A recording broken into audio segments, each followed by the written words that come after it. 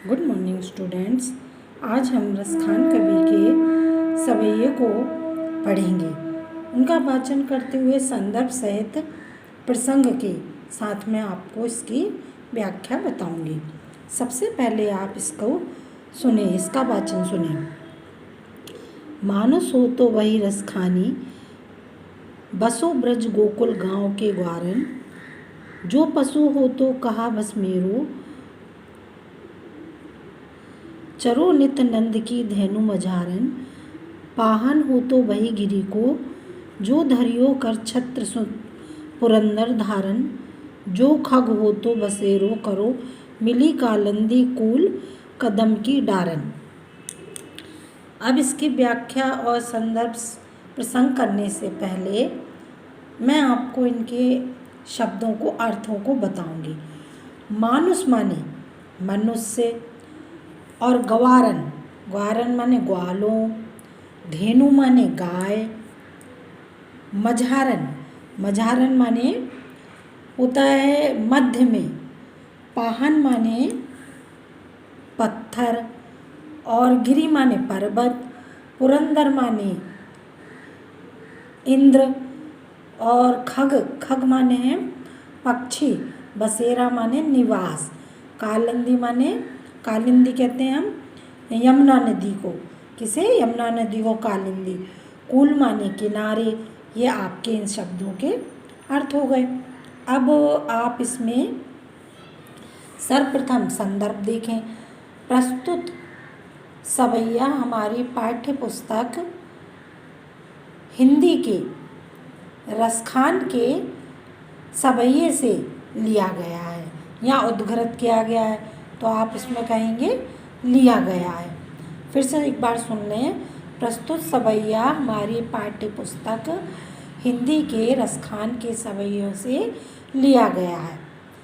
ठीक, अब इसके बाद हम इसका क्या करेंगे? प्रसंग पढ़ेंगे।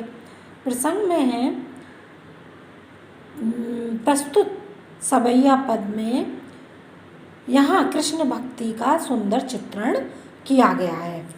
अब आप इसकी व्याख्या देखें। मानस हो तो वही रसखानी, बसो ब्रज गोकुल गांव के ग्वारन।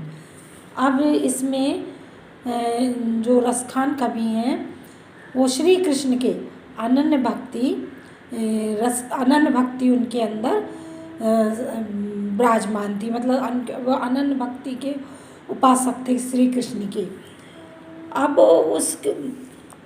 उस भावना को वो व्यक्त करते हुए कहते हैं कि हे ईश्वर, क्या कहते हैं? हे ईश्वर, यदि मैं अगले जन्म में मनुष्य बनूं तो ब्रज और गोकुल के गांव के ग्वालों के बीच क्या करूं? निवास करूं। गोकुल गांव के ग्वालों के बीच निवास करूं। जो पशु हो तो कहा बस मेरो, चरो नित्य नंद की धेनु मझारन।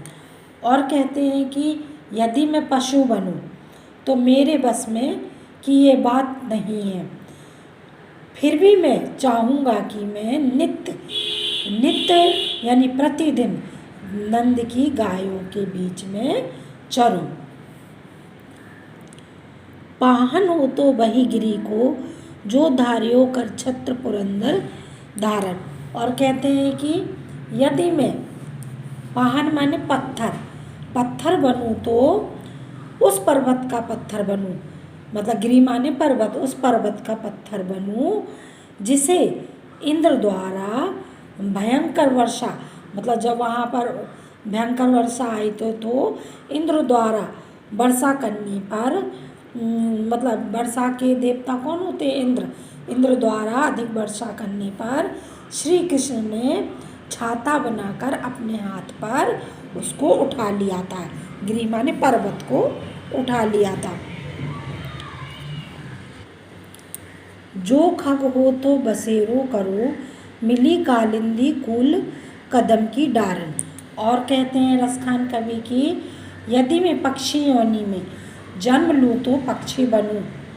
फिर से सुने आप इस पंक्ति का अर्थ। यदि मैं पक्षी योनि में जन्म लूँ तो वह पक्षी बनूँ कि यमुना की नदी के किनारे अन्य पक्षियों के साथ मिलकर मैं कदम के वृक्ष की डाल पर निवास करूं। अब इसकी व्याख्या करने के पश्चात हम इसमें लिखते हैं काव्य सौंदर्य। क्या लिखते हैं? काव्य सौंदर्य। तो अब काव्य सौंदर्य में आप लिखेंगे अनुप्रास अलंकार। क्या? अनुप्रास अलंकार। और पंक्तियाँ जो हैं, जो लाइन है, इसमें भक्ति भाव से ओतप्रोत है, यानी इसमें भक्ति भाव का वर्णन किया गया है। अब आप दूसरा देखें। आज गई होती भोर ही तो रसखानी रही वही नंद के भौ नहीं। बाको जियो गुरु लाख करोड़ जसुमती के सुख जात कहो नाही। तेल लगाई लगाई के अंजन भोई बनाई बनाई ठिठोनाही। डारी हमें लानी हार निहारत बारत ज्यों पुचकारत छो नहीं। अब आप इसमें भी शब्दों के अर्थ देखें। रई, रई से अर्थ है प्रेमासक्त होना। क्या है? प्रेमासक्त होना। अब है इसमें ठिठोना। ठिठोना क्या होता है? काजल का एक टीका होता है जो नज़र से बचने के लिए लगाया जाता है। आप लोगों ने देखा होगा, जो छोटे बच्चे रहते हैं उनकी माएँ उनको या तो पेट में या माथे पर एक छोटा सा काला टीका लगा देती हैं, नज़र से बचने के लिए उसको लगाती हैं। ठीक है। हमेलनी, हमेलनी का मतलब है गले का आभूषण। कोई भी गले का आभूषण जो होता है, पहना जाता है, उसको हमेलनी कहते हैं।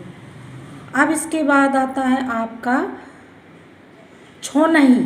छोनही से अर्थ है इसमें पुत्र से। ये है ना छोनही। छोनही से क्या अर्थ है? इसमें पुत्र से। अब इसमें आइए आप संदर्भ।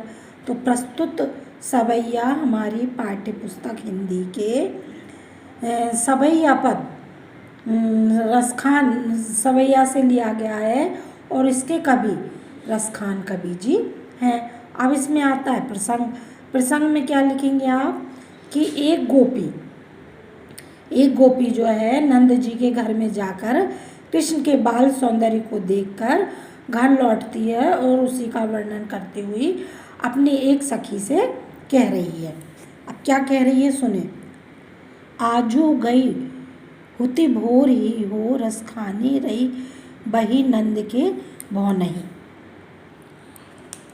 अब एक सखी दूसरी सखी से कहती है, हे सखी मैं आज भोर माने प्रातः काल होते ही नंद जी के घर गई थी। वहाँ जाकर मैंने पूर्ण रूप से प्रेम के रस में डूब गई। प्रेम रस में डूब गई।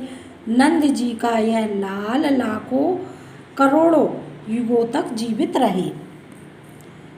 बाके जियो जुग लाख करोड़ों जसुमत सो सुख जात कहो।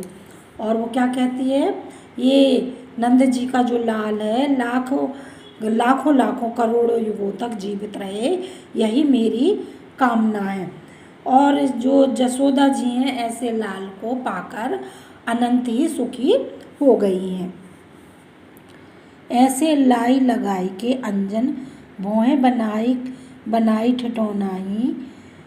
डारी हैं हमें हार निहारत बारत जो पुचकारत छो नहीं। यशोदा को जो पाकर अत्यंत ही सुख की अनुभूति हो रही है, उसका मैं वर्णन नहीं कर सकती या उसका वर्णन नहीं किया जा सकता।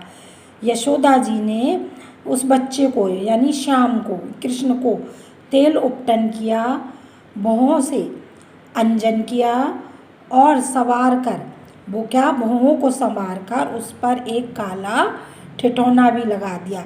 काला ठिठौना मतलब एक काला टीका भी लगा दिया ताकि उसे किसी की नज़र ना लगे। डारी हमेलन हार निहारत बारत ज्यों पुचकारत छो नहीं। और कहती हैं कि